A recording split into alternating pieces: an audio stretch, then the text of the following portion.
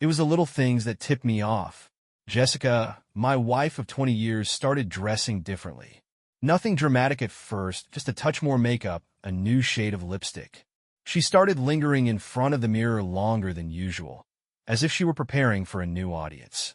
At first, I thought it was sweet, a sign she still cared about looking good for me. Our life together was picture perfect, or so I thought. We had a beautiful home, a thriving daughter in college, and a routine that gave us comfort. I sold fasteners, not exactly glamorous work, but it paid well, more than well enough for Jessica to stay home and manage things. She always said she was grateful, always kissed me before I left for work. But lately, there was a distance I couldn't ignore. She started working late, excusing herself for impromptu team meetings or client dinners. And then there was her boss, Mark Diamond, a name that instantly made my blood boil. He was the managing partner at her law firm, the kind of man who exuded power, wealth, and charm. A walking cliché of the kind of man who felt entitled to everything, including things that didn't belong to him. I should have noticed the red flags sooner. A few months ago, at her company's dinner, Mark danced with Jessica. She seemed flattered, laughing at his jokes, brushing her hair back in a way I hadn't seen in years. When I voiced my discomfort later, she dismissed it. "Oh, honey, he's just being friendly. You're reading too much into it," she said, kissing me on the cheek. Her defensiveness only made my suspicions grow. Then came the moment I couldn't shake. I saw her getting ready for one of those meetings. She slipped into a dress I'd never seen before, short, black, and paired with high heels that I didn't even know she owned. The final blow was the lingerie, brand new and deliberately sensual. I knew then that this wasn't about impressing coworkers. It was about him. It was a punch to the gut. For days, I replayed every interaction in my mind. The way Mark looked at me that night at dinner, the smirk he gave me as if to say, "You're nothing compared to me," and the way Jessica defended him, even when he humiliated me with a joke about my work. That's when I decided I couldn't ignore the signs anymore. I ordered cameras, audio recorders, everything I needed to uncover the truth. This wasn't just paranoia. I knew something was happening. I needed proof, not just for myself, but because I couldn't live another day doubting the woman I'd given my life to. With my surveillance set up, I left for a 2-day business trip, unsure of what I'd find when I returned. Before I left, Jessica was her usual affectionate self, showering me with kisses, whispering how much she'd miss me. For a moment, I almost believed her. Almost. The moment I arrived at my hotel, I logged into the surveillance system. My heart raced as I saw her lying on our bed, phone in hand, talking to someone. I could only hear her side of the conversation, but it was enough to confirm my worst fears. "Mark," she said, her voice soft and almost shy. "I miss you already." My world shattered. I stared at the screen, my mind refusing to process what I'd just heard. Her voice, soft, warm, intimate, was a tone I hadn't heard in years. Not directed at me. Anyway, she called him Mark. The name landed like a hammer blow. The same man who smirked at me across a table, belittling my career in front of my wife. Now he had stolen something far more precious. She laughed at something he said.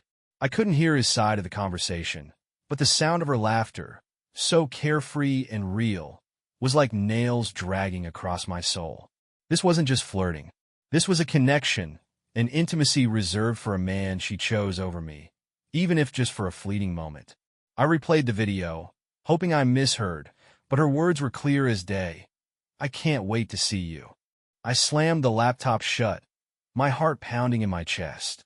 For a moment, anger overwhelmed me, red hot and blinding. I wanted to grab the phone, call her, demand an explanation, but I forced myself to stop. That would give her time to come up with a lie. Jessica was a master at spinning words, turning guilt into confusion, always able to make me doubt my own instincts. No, I needed something undeniable, something she couldn't twist. I opened the laptop again, this time switching to the bedroom camera's live feed. She was still lying on the bed, the phone now beside her as she scrolled through it, her face lit by the glow of the screen. Her smile made me sick. That was supposed to be my smile, the one she reserved for me. I fast-forwarded through the feed, watching as she got up, slipped into the bathroom, and came out wearing nothing but one of my old t-shirts. It used to be her favorite thing to wear after we made love. Now, it felt like a cruel mockery. And then she did something that froze my blood. She walked over to the dresser, opened a drawer, and pulled out a small, black gift bag. I recognized it immediately. It was from an expensive lingerie boutique downtown, one I had no memory of her visiting. She pulled out a sheer, lace set I'd never seen before. My chest tightened as she held it against herself, smiling. She wasn't wearing that for me. I could barely breathe as I watched her tuck the bag back into the drawer and climb into bed. She grabbed her phone again, typing something before setting it down on the nightstand. Moments later, the screen lit up with a reply. She smiled, then turned off the light. I didn't sleep that night. Every time I closed my eyes, I saw them together, imagined every sordid detail. The betrayal burned through me like acid. By morning, I had resolved to take the next step. The surveillance wasn't enough. I needed to see them together. Needed to confirm, without a shred of doubt, that my wife, the woman I had built my life around, was betraying me with this man. When I returned home the next evening, Jessica greeted me with her usual warmth. She kissed me, held me, acted like nothing had changed. I played along, forcing a smile, suppressing the bile rising in my throat. I told her I had to head into the city the next day for a meeting, but in truth, I had no intention of leaving. I planned to stay hidden to catch her in the act. I spent that night setting up additional cameras and microphones, even planting a tracker in her car. I couldn't risk missing a single detail. Every moment felt like an eternity, but I knew I had to be patient. The next day, my business trip began. I parked my car a few blocks away and waited. I logged into the live feed from my phone, watching as Jessica went about her day. She acted so normal, watering the plants, folding laundry, even texting me to say she loved me. I wanted to scream at the hypocrisy of it all. Around 3 p.m., I saw her grab her keys and purse. The tracker on her car blinked to life, and I followed the signal to a downtown hotel. My stomach churned as I parked nearby, my hands gripping the steering wheel so tightly they ached. I watched her through the lobby doors as she walked in, her movements purposeful, confident. She was meeting him. I was sure of it. The hotel parking lot was quiet, the kind of stillness that amplifies your own thoughts until they're unbearable. I stayed in my car, parked at a distance, my hands trembling against the steering wheel. The tracker showed her car stopped here, and through the hotel's glass doors, I'd seen her walk in with a deliberate grace that made my stomach turn. She was meeting him. Mark. I stared at the building for what felt like an eternity, debating my next move. Should I go inside? Demand answers? My heart screamed for confrontation, but my head reminded me. I needed proof. Proof so undeniable that no excuses, no gaslighting could twist the truth into something else. I pulled out my phone, logging into the tracking app. It showed her moving upward floor by floor until she stopped on the 7th. Room 712. I jotted it down and stepped out of the car, every breath feeling heavier than the last. Inside the lobby, the concierge barely glanced at me. I walked past him, pretending I belonged, and headed straight for the elevator. My reflection in the mirrored wall showed a man I barely recognized. Tense, jaw clenched, eyes red from lack of sleep and the burden of betrayal. The elevator dinged, and the doors slid open to the 7th floor. My footsteps felt impossibly loud against the plush carpet as I made my way to room 712. There it was, an ordinary door hiding extraordinary betrayal. My fists clenched and unclenched as I stood there, wrestling with the storm inside me. I didn't knock. Not yet. Instead, I pulled out a small, flat recording device I'd purchased days ago. I bent down and slid it under the door, positioning it just enough to pick up any sound. My hand shook as I hit record and straightened up, backing away. Voices filtered through the thin crack between the door and the floor. Hers, unmistakably soft and familiar. His deeper and dripping with arrogance, like the man I remembered from that humiliating dinner. My ears strained to catch every word. "I've missed you," she said, her voice barely above a whisper. "Missed me?" Mark's voice was teasing. You've been teasing me with those texts for weeks now. I thought you'd never take the plunge. I was scared, she admitted, her tone almost shy. But I couldn't stop thinking about you. The sound of their laughter echoed in the hallway, followed by the unmistakable sound of footsteps. Hers, moving closer to him. My fist tightened. "Come here," he said, his voice lower now. And then there was silence. Silence, so loud it roared in my ears, filling the space between the beats of my heart. I didn't need to hear more. The truth was right there, undeniable and cruel. I turned and walked back down the hall, my mind racing with questions I didn't want answers to. How long had this been going on? Was I not enough for her? Had I ever been? I reached my car and sat there for a moment, gripping the steering wheel and staring blankly ahead. My world was crumbling, but I wasn't ready to let it collapse completely. Not yet. If I was going to confront her, it had to be calculated, not fueled by rage. I needed her to see what she'd done. I needed her to feel the betrayal, the pain she'd inflicted on me. Driving home felt surreal, like I was watching someone else live my life. The house greeted me with its usual stillness. I went straight to my laptop, connecting to the recording device under their door and downloading the audio file. I couldn't bring myself to listen to it again, but I knew I would need it. Jessica didn't come home until hours later. When she walked through the door, her face was flushed, her smile radiant, like she'd just returned from the most perfect day. "Hey, honey," she said, dropping her purse on the counter. She kissed me on the cheek, the scent of her perfume lingering in the air. I forced myself to stay still, to not recoil from her touch. "How was your day?" she asked, her tone so casual it made me sick. "It was fine," I replied, my voice calm, betraying nothing. "How about yours?" She hesitated for a fraction of a second, just long enough for me to notice. Then, with a smile, she said, same old, same old. Meetings, emails, the usual." I nodded, biting the inside of my cheek to keep from snapping. This was the woman I'd shared 20 years with, raised a child with, built a life around. And she was lying to my face, effortlessly. I didn't confront her that night. Instead, I played along, watching her, listening to her lies, letting her believe I was none the wiser. But deep down, I was already planning my next move. The next morning was a blur of routine. Jessica acted as though nothing had happened. She kissed me goodbye before heading out the door, her smile soft, her eyes warm, just like any other day. But nothing about it was normal anymore.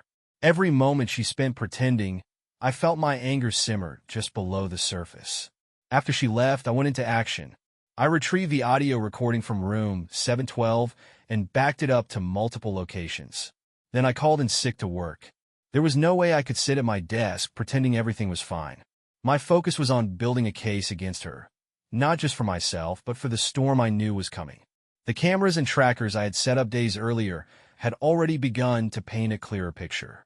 The app on her phone revealed her texts and calls, while the tracker on her car logged every place she visited. She was careful, though, too careful. If I hadn't been watching closely, I might have missed the tiny gaps in her stories.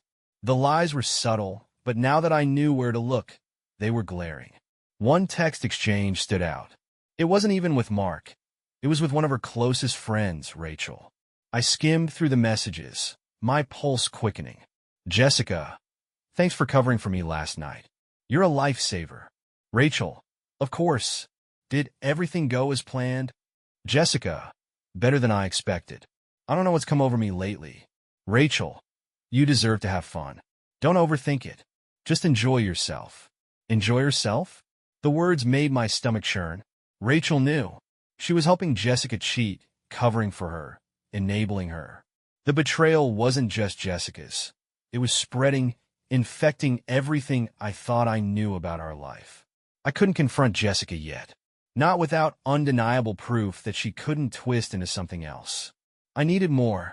That evening, she came home late again. "Another meeting," she said. This time, I stayed up, waiting for her in the living room. When she walked in, her hair was slightly disheveled, her lipstick faintly smudged. My jaw tightened, but I forced myself to stay calm. "You're up late," she said, surprised. "I couldn't sleep," I replied evenly. "Thought I'd wait up for you." She hesitated, glancing at the clock. "You didn't have to." I wasn't out long. Long enough, I said, testing her reaction. Her eyes flickered, just for a moment. A crack in her facade. What's that supposed to mean? She asked, her tone defensive. Nothing, I said, standing and stretching. Just making conversation. I walked past her, feeling her eyes on my back. I wanted to turn around, to scream, to lay everything out in front of her. But I didn't. Not yet. I wanted her to feel safe, to keep making mistakes. That night, as she slept, I combed through more of the surveillance footage. Her car had been parked at the hotel for hours. The text between her and Rachel became bolder, more explicit. The longer I watched, the more I realized how little of my wife I truly knew. The next day, I decided it was time to bring someone else into the loop. I needed another set of eyes, someone who could see this from the outside, without the emotional fog clouding my judgment. I called my friend Mike. He was a quiet, analytical guy, someone I could trust with the kind of secret that could tear my life apart. "Mike, I need a favor," I said when he picked up. "Everything okay?" he asked, his tone concerned. "Not really. It's complicated. Can we meet up? I need your advice on something personal." "Of course. When and where?" We agreed to meet that afternoon at a coffee shop. When I arrived, Mike was already there, nursing a cup of coffee. His expression was calm, but curious as I slid into the seat across from him. "All right," he said. "What's going on?" I hesitated, unsure of where to begin. Then I pulled out my phone, showing him the texts, the photos, and the location logs. His face darkened as he scrolled through the evidence. "Jesus, man," he muttered. I don't even know what to say." "I need to know what to do," I said, my voice trembling. "Do I confront her? Go to a lawyer? What would you do?" Mike sat back, his brow furrowed. "Honestly, I think you need to be absolutely sure before you make any moves. Right now, you got a lot of circumstantial stuff. If she denies it, it could turn into a he said, she said situation." "What about the recording? The texts? They're strong, but she could spin it. If you really want to end this, you need something that leaves no room for interpretation." His words settled in my chest like a weight. He was right. If I confronted Jessica now, she'd either deny it or shift the blame. I needed to wait. I needed to see the betrayal with my own eyes. Mike's words stuck with me. As much as I wanted to storm into my house and confront Jessica with everything I had, I knew he was right. If I wanted to bring this to an end, if I wanted closure, it had to be irrefutable. That night, I lay in bed beside her, staring at the ceiling while her soft breathing filled the silence. I couldn't stop thinking about everything I'd learned, everything she had done, and how she still had the nerve to lie next to me as if nothing was wrong. The anger burned low and steady, but I kept it in check. There would be a time for release, but not now. The next morning, I made a call to a private investigator. I explained the situation as calmly as I could, laying out the evidence I had so far. The investigator, a woman named Karen, was professional and direct. "You've got a solid start," she said. "But if you want something airtight, we'll need to follow her movements. Do you suspect this is ongoing?" "Without a doubt," I said, my voice bitter. "I tracked her to a hotel 2 days ago. I just need proof of what happened behind that door." "Understood," she replied. "I'll start immediately. We'll track her movements discreetly. If there's something to find, we'll find it." The next few days were agonizing. Karen kept me updated, but each call only deepened my dread. Jessica was meeting Mark regularly. Lunchtime rendezvous, late-night visits, all under the pretense of work obligations. The tracker in her car and the cameras in our home painted a damning picture, but it was Karen's photos that sealed it. The first set arrived in my email late one evening. I opened them with shaking hands, knowing I couldn't unsee what was waiting. The images were clear, undeniable. Jessica and Mark walking hand in hand into a hotel, their faces lit with the kind of happiness I hadn't seen in years. Another showed them in the hotel bar, her hand on his thigh, his fingers brushing her cheek. The final photo gutted me. They were in the parking lot, standing by her car. She leaned against the door, her arms around his neck, their lips locked in a kiss so passionate it made me nauseous. I closed my laptop and stared at the wall, my mind blank. This was it. This was the proof I'd been waiting for. But instead of the relief I thought I'd feel, There was only a hollow ache where my love for her used to be. The next morning, Karen called. "We've got everything you need," she said. The photos, the timestamps, even some audio from their conversations in the bar. "If you're ready to confront her, you're in a strong position." I thanked her, hung up, and sat in silence for a long time. Confronting Jessica wasn't just about exposing her lies. It was about ending the life we'd built together. It meant facing the reality that the woman I loved was gone, replaced by someone I no longer recognized. That evening, I made my decision. I was done waiting, done pretending. It was time to bring this charade to an end. Jessica came home late again, carrying her usual excuses about work and traffic. I waited for her in the living room, a folder of evidence sitting on the coffee table. My heart pounded as she walked in, her smile fading when she saw the look on my face. "What's wrong?" she asked, setting her purse down. "Sit down," I said, my voice cold.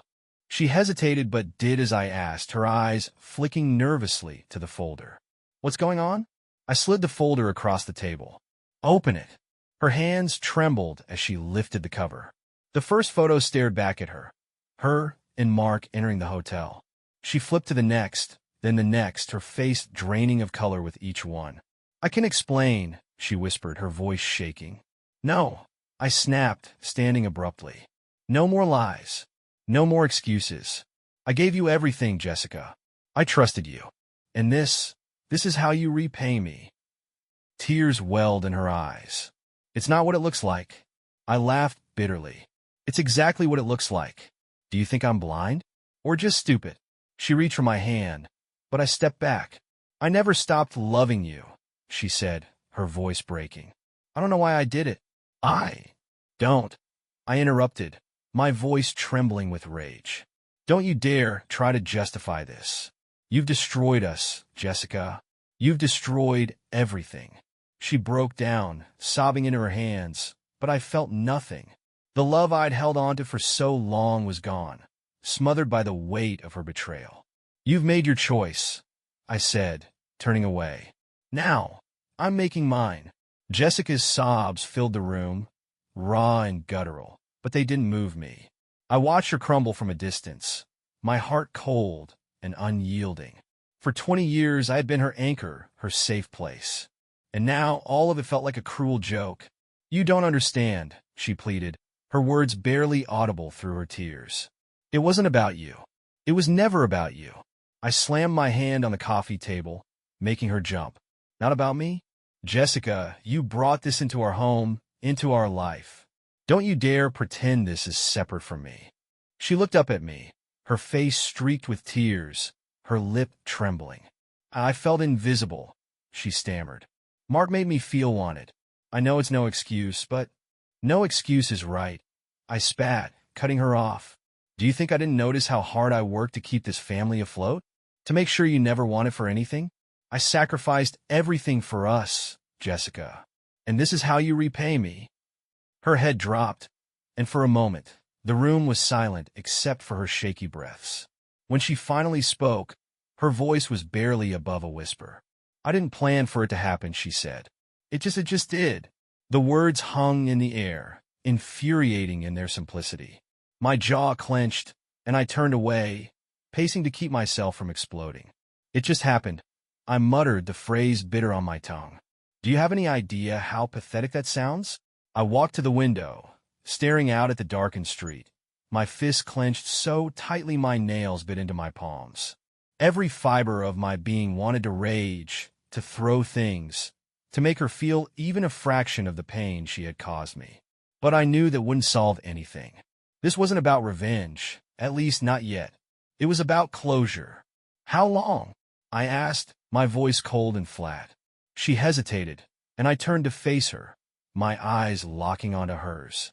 "How long?" "A few months," she whispered, her gaze dropping to the floor. "Liar," I snapped, stepping closer. "Try again, Jessica." Her shoulders sagged, as if the weight of the truth had finally broken her.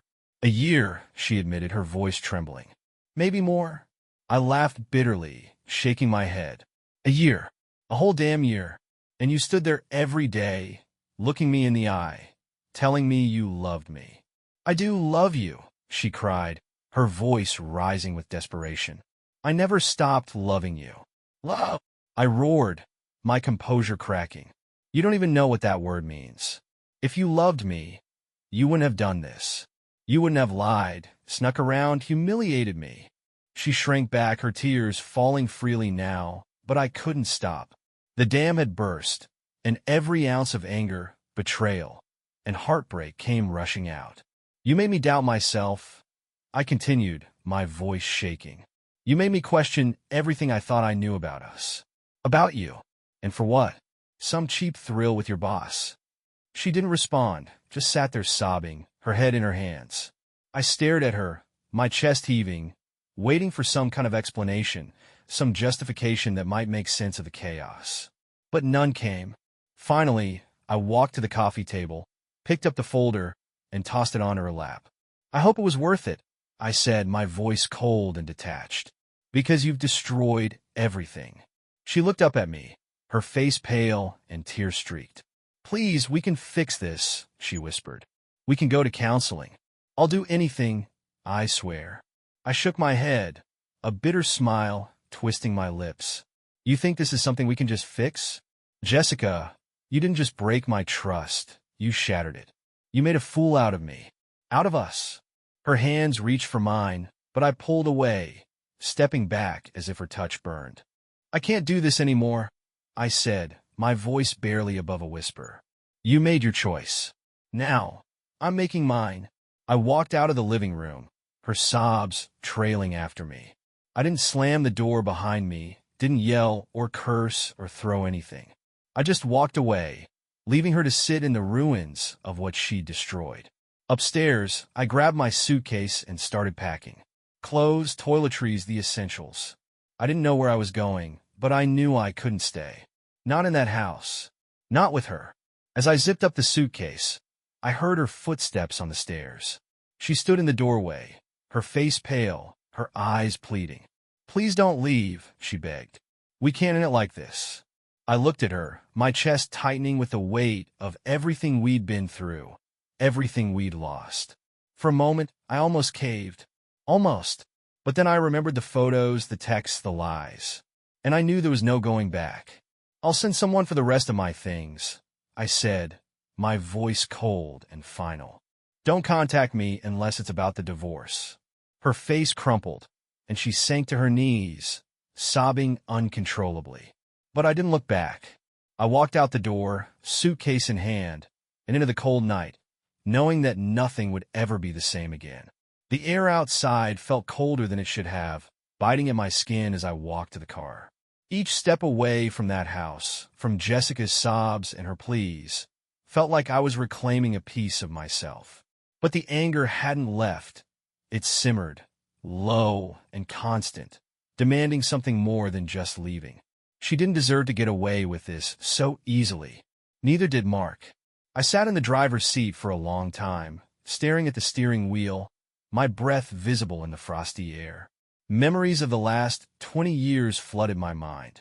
Our wedding day, the birth of our daughter, the quiet evenings spent together. All of it felt tainted now, overshadowed by the lies, the betrayal. A part of me wanted to let it go, to move on and start fresh. But the other part, the part that burned with the need for justice, couldn't. They had taken something precious from me, and I wasn't going to let them walk away unscathed. I didn't go to a hotel that night. Instead, I drove to Mike's place. When he opened the door, his expression immediately shifted to concern. Jesus, man, he said, stepping aside to let me in. What happened? I dropped my suitcase by the door and sat on his couch, rubbing my hands over my face. She admitted it, I said finally. Everything. Mike sat across from me, his brow furrowed. And now? I left, I said, my voice flat. But I can't just let this go, Mike. I need to do something. They need to feel what I'm feeling. He leaned back, studying me. You sure about this? Revenge is a messy road, man. You might end up regretting it. I don't care, I said, meeting his gaze. She didn't think about the consequences when she was sneaking around with him. Why should I? Mike sighed, running a hand through his hair. All right, what's the plan? Over the next few days, I stayed at Mike's, piecing together every bit of leverage I had. The photos, the texts, the hotel logs. They were enough to destroy Jessica's and Mark's reputations. But I wanted more. I wanted to dismantle everything they had built, brick by brick. First, I contacted Karen, the private investigator. She provided me with everything she'd gathered, including financial records and details about Mark's family. It turned out he wasn't just cheating on me, he was cheating on his young wife too. A woman named Stella, barely in her 30s, who had married him thinking she'd landed the perfect life. The thought of her going through what I was hit me hard, but instead of pity, it fueled my resolve. Stella deserved to know the truth, and Mark deserved to face the fallout. I started with a carefully crafted email to Stella, attaching some of the most damning photos and evidence. I kept the tone factual, not emotional. I thought you deserved to know what your husband has been doing, I wrote, including my contact information in case she wanted to talk. Next, I gathered everything I had on Jessica and Mark and sent it to their law firm. A single email to the managing partners, labeled for your eyes only, with photos, timestamps, and a short note detailing their affair. I knew it would put both of their jobs in jeopardy, and I didn't care. They had risked everything for each other. Now they could face the consequences together. The final piece of my plan was Jessica herself. I wasn't going to leave her without a parting gift. I made an appointment with a divorce attorney and ensured every piece of evidence I had would work in my favor.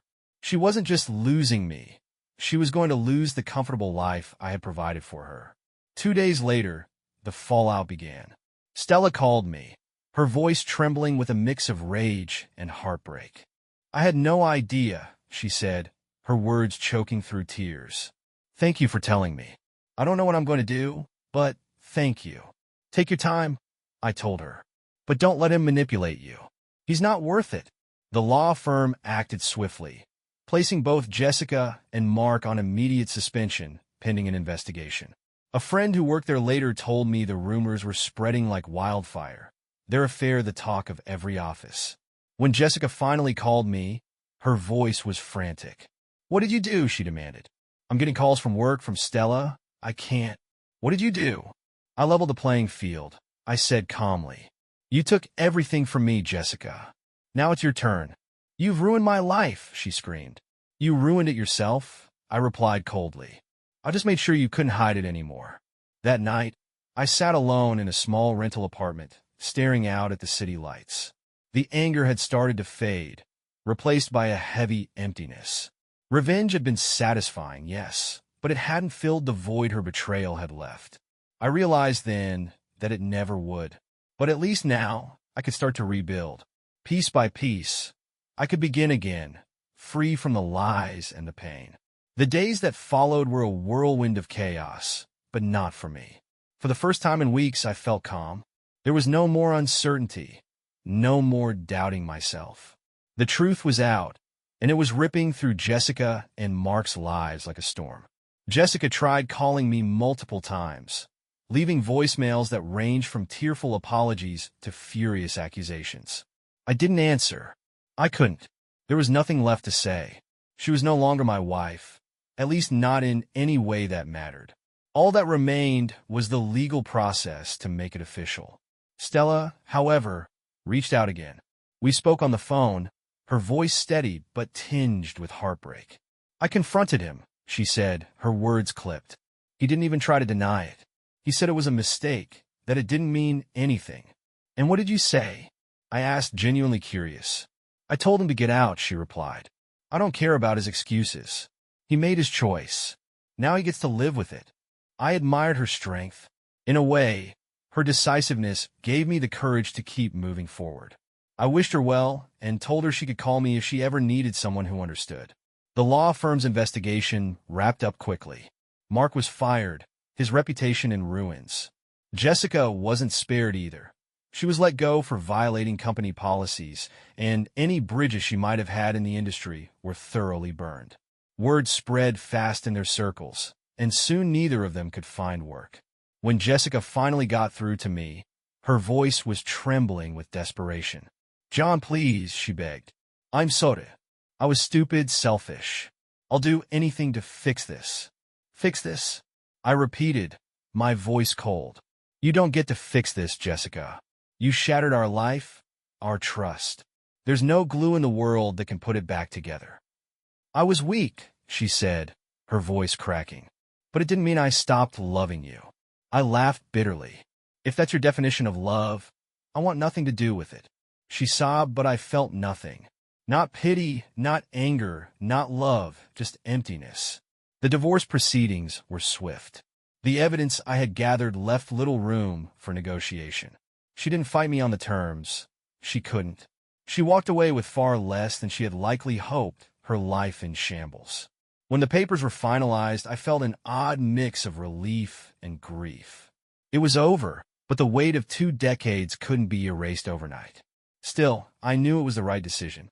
Staying would have meant living in a house built on lies. One evening, as I was packing the last of my things from the house, our daughter Sarah called. She was still away at college, but she'd heard bits and pieces of what had happened.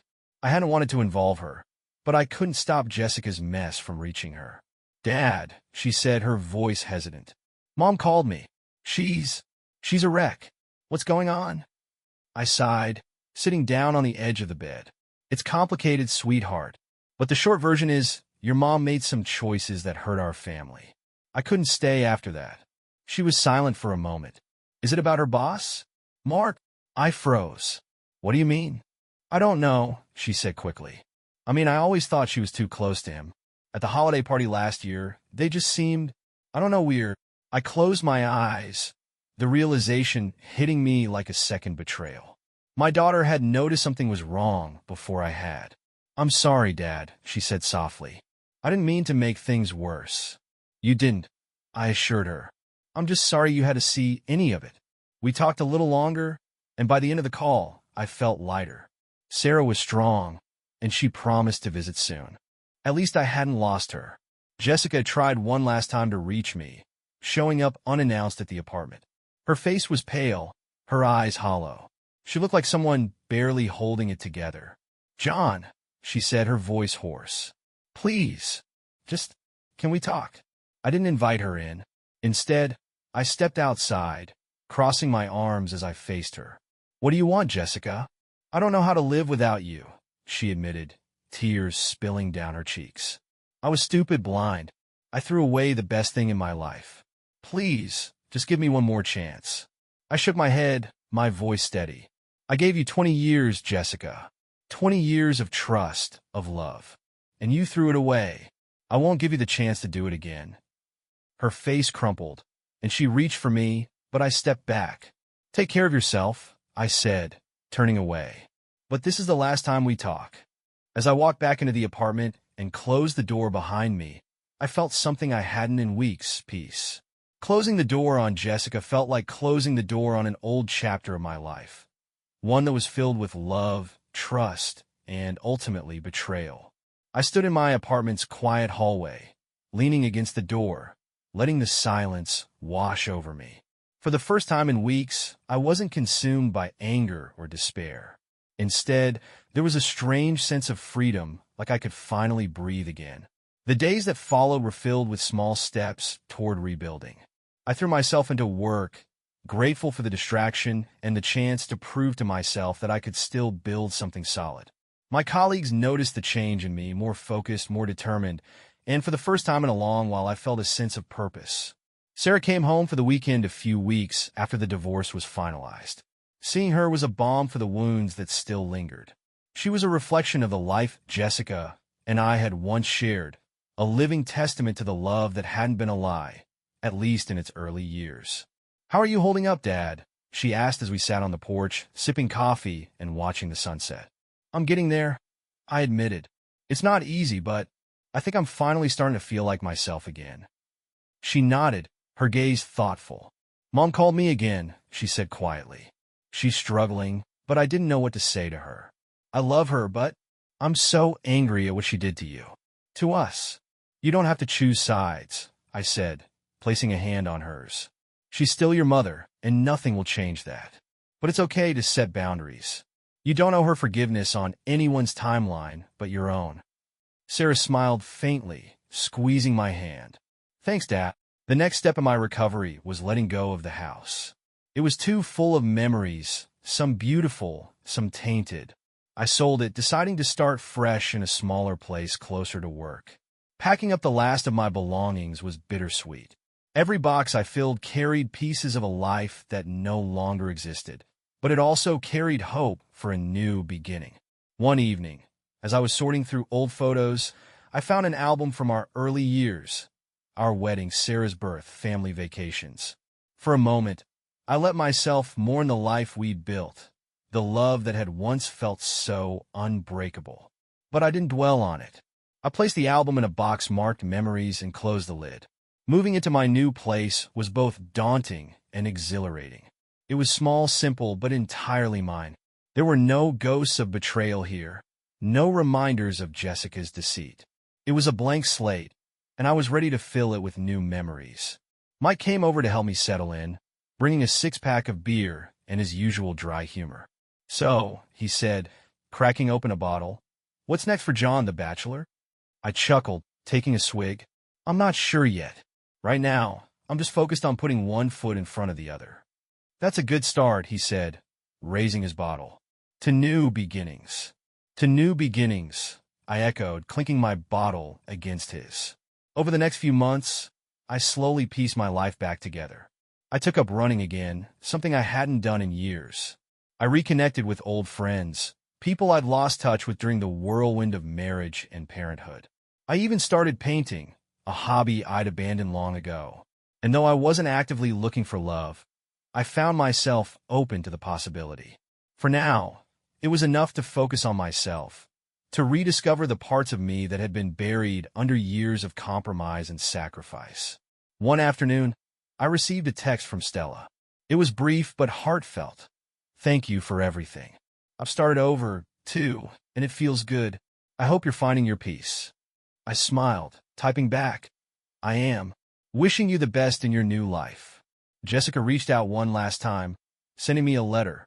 It was long, filled with apologies, explanations, and pleas for forgiveness. I read it carefully, letting her words sink in. I could feel her regret, her guilt, but it didn't change what she had done. I folded the letter and placed it in a drawer, not out of anger, but because I wasn't ready to let it go yet. Forgiveness would come in time, but it was a journey I needed to take on my own terms. Months turned into a year, and with each passing day, the pain of Jessica's betrayal dulled. It didn't vanish. It never would, but it became a scar instead of an open wound. I had learned to live with it, to let it remind me of what I had survived, and to use it as a guide for what I wanted in the future. My new place had become a sanctuary, a space where I could breathe freely. The walls were lined with the beginnings of new memories, photos of Sarah visiting, art I'd started painting, and trinkets from spontaneous weekend trips I took on my own. Life wasn't perfect, but it was mine again. One sunny Saturday morning, I found myself at a local park, a place I'd started running regularly. There was a calm in the rhythm of my steps, a sense of purpose in the movement. As I slowed to a walk to catch my breath, I noticed a woman sitting on a bench, sketching in a notebook. Her brow was furrowed in concentration, her pencil moving quickly over the page. I didn't mean to stare, but there was something captivating about her focus. She must have felt my gaze because she looked up and smiled. "Caught me in the act," she said, her voice warm and teasing. I smiled back, slightly embarrassed. "Sorry, I didn't mean to intrude. I was just admiring your work." She held up the sketch, a lively, impressionistic drawing of the park, its trees and paths bursting with energy. "Thanks," she said. "It's my way of capturing the world." "It's beautiful," I said sincerely. She gestured to the spot on the bench beside her. "You can sit if you want. I don't bite." I hesitated for a moment, then sat down. We started talking about art, about the park, about nothing in particular. Her name was Claire, and she was a local artist who taught classes at a community center nearby. She had a calm presence, a quiet confidence that was refreshing. Before I knew it, an hour had passed, and we were laughing about some absurd story she'd told about one of her students. When I finally stood to leave, she handed me a small sketch she'd made while we were talking, a quick, playful drawing of me sitting on the bench, smiling. For your new collection, she said with a wink. Thanks, I said, folding it carefully. Maybe I'll see you around? Maybe, she said, her smile lingering. That sketch found a place on my wall, a small but significant symbol of something I hadn't felt in a long time. Hope. Over the next few weeks, I saw Claire at the park more often. We'd talk, sometimes for minutes, sometimes for hours. There was no pressure, no expectations, just two people enjoying each other's company. Slowly, I found myself looking forward to those moments, to her laughter, her perspective on life. One afternoon, as we walked along the path, she glanced at me and said, "You're carrying something heavy, aren't you?" I stopped, caught off guard. "What makes you say that?" She shrugged, her expression kind. "You just have that look, like someone who's been through a lot, but is still trying to figure out where they're going." I nodded, taking a deep breath. "Yeah, I've been through a lot. You don't have to tell me," she said gently. "But if you ever want to, I'm a pretty good listener." Her words stayed with me, and one evening, I found myself opening up to her. I told her everything, the betrayal, the heartbreak, the struggle to rebuild. She listened without judgment, her eyes filled with understanding. When I finished, she said softly, "It sounds like you've been through hell, but the fact that you're still standing says a lot about you." Her words struck a chord. For so long, I had seen myself as a victim, defined by what Jessica had done to me. But Claire saw something else, someone who had survived, who was still moving forward. We started spending more time together, and gradually, what had been a friendship began to grow into something more. It wasn't rushed or dramatic, just a quiet, steady connection that felt natural. She didn't try to fill the void Jessica had left, but instead, she helped me see that life could be good again. One evening, as we sat on her porch, watching the sun dip below the horizon, she took my hand. "You know," she said, her voice soft, "pain has a way of teaching us things we didn't know we needed to learn. It doesn't make it fair or right, but it does make us stronger." I squeezed her hand, feeling a warmth I hadn't felt in years. "You're right," I said, "and I think I'm finally ready to start living again." Looking back, I don't know if I'll ever completely forgive Jessica, but I've made peace with what happened. She taught me the importance of trust, the fragility of love, and the strength I never knew I had.